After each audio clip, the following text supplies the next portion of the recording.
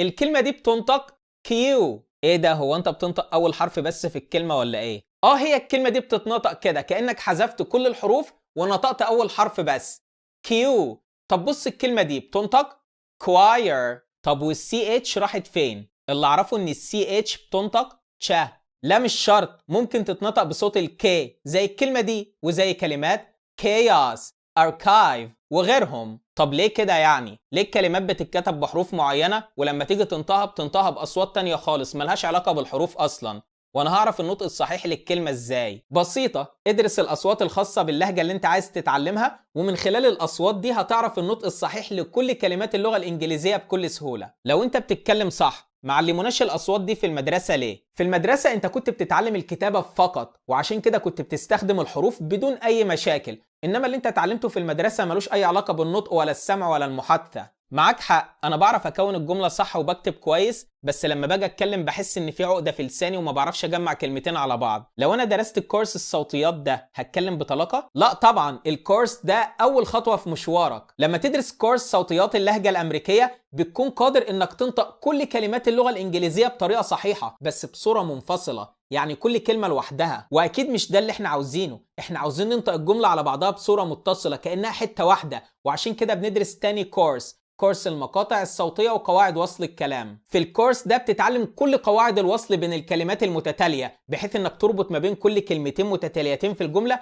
وتنطق الجملة على بعضها بصورة متصلة. بتتعلم ايه الاصوات اللي بتتحذف من نهاية بعض الكلمات وامتى بتحذفها، وايه الاصوات اللي انت بتضيفها من عندك، وايه الاصوات اللي بتتحول من صوت لصوت. بعد ما تخلص الكورس ده بتكون قادر انك تنطق اي جملة في اللغة الانجليزية بصورة متصلة وبلهجة امريكية سليمة. طب سؤال اخير، خليني مشيت وراك وتعلمت كل قواعد النطق دي، هتكلم ازاي واعمل محادثة وانا اصلا مش حافظ كلمات كتير؟ ومين قالك انك هتتعلم المحادثة عن طريق حفظ كلمات منفصلة؟ هو انت اتعلمت تتكلم عربي كده؟ يعني باباك جابك وانت عندك سنتين وقاعد يديك كلمات منفصلة بمعانيها ويقولك احفظ وتكوين الجملة الاسمية وتكوين الجملة الفعلية ونحو وبلاغة وحوارات من دي؟ لا طبعا، انت شفت بابا وهو بيقولك انا عاوز اشرب، جيت له كوبايه الميه، انت عطشت وعايز تشرب، هتقول ايه؟ الجمله السحريه اللي بتجيب كوبايه الميه انا عاوز اشرب دي جمله بقى مستخدمه في ارض الواقع، في فرق بينها وبين جمله صحيحه بس مش مستخدمه زي اريد كوبا من الماء، عمرك ما هتسمعها. يبقى انت بتتعلم الجمل المستخدمه، انا عاوز اشرب، تاني يوم انا عاوز اكل، عايز اشتري، عمال تكبر وجملك عماله تكتر، جمل مستخدمه بالفعل في ارض الواقع، لحد ما بقى عندك 5 سنين بقى عندك حصيله كبيره جدا من الجمل